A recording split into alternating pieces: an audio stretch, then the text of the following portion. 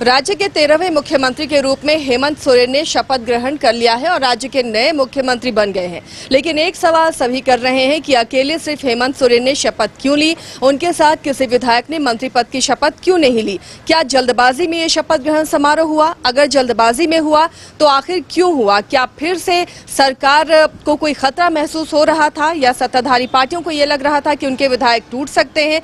कई तरह के कयास अब लगाए जा रहे हैं। इस पर ज्यादा जानकारी देंगे हमारे सहयोगी मदन कि आखिर इस तरह की बातें क्यों उठ रही हैं। मदन, अब जब शपथ ग्रहण समारोह हो गया, सिर्फ मुख्यमंत्री के रूप में हेमंत सोरेन ने शपथ ली है, किसी भी विधायक ने मंत्री पद की शपथ नहीं ली, इतनी हड़बड़ाहट में ये शपथ ग्रहण समारोह क्यों?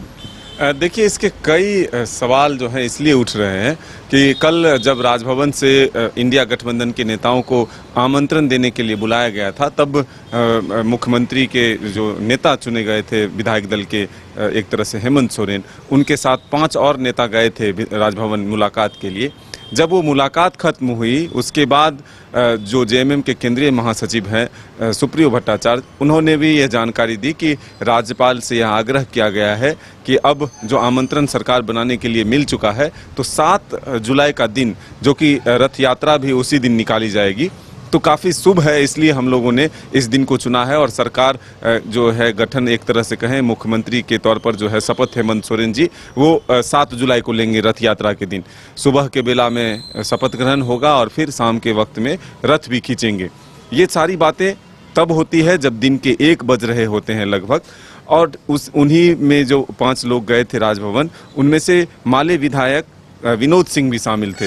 वो भी राजभवन से निकलकर ये कहते हैं कि सब कुछ ठीक है, 44 विधायकों का समर्थन है और 7 तारीख का समय जो है वो तय हो चुका है।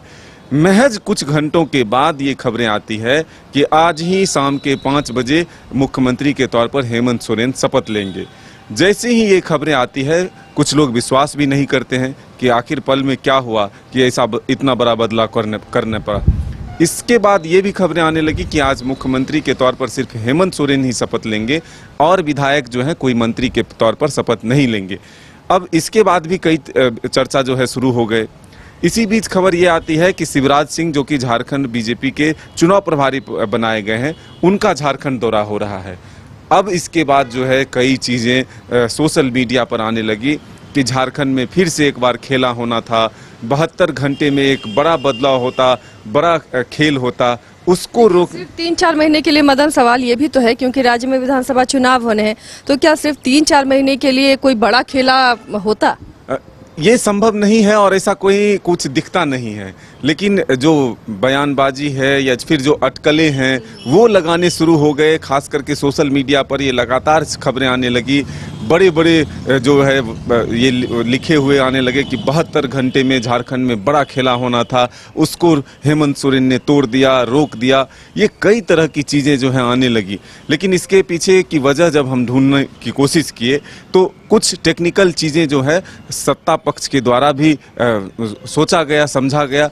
जो चीज़ें सामने आई है, कुछ अखबारों में भी आज ये खबरें आई है कि 6 महीने का जो एक संकट है कि 6 महीने के भीतर का एक समय हो जाता तो फिर कुछ बदलाव या फिर राष्ट्रपति शासन या कई तरह की कोई अड़चनी ना आ जाए, इसको देखते हुए ये फैसला लिया गया। अब हकीकत क्या है, ये हेमंत सोरेन जी जो मुख्यमंत्री बने हैं, उनके पार्टी के दल, उनके गठबंधन के लोग जानते हैं कि आखिर क्या परिस्थिति हुई कि अचानक सब कुछ बदलना पड़ा। अब मंत्रिमंडल की बात है तो वो धीरे धीरे अपने नेताओं से, गठबंधन से तय करके वो करेंगे। लेकिन सबसे बड़ा सवाल ये था कि क्या फिर से एक बार झारखंड में खेला होना था या फिर ये एक कहानी है। चलिए, तो अब राज्य विधानसभा चुनाव की ओर बढ़ रहा है, तो ऐसी कहानियां, ऐसे कयास और ऐसी चर्चाओं का बाजार गर्म रहेगा और इसलिए इस तरह के शिगुफे भी छोड़े जाते हैं।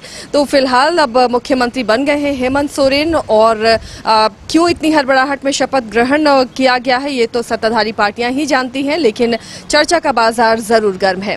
फिलहाल तमाम ताज़ा तरीन खबरों के लिए आप देखते रहिए न्यूज़ 22 को। हमें दीजिए इजाजत।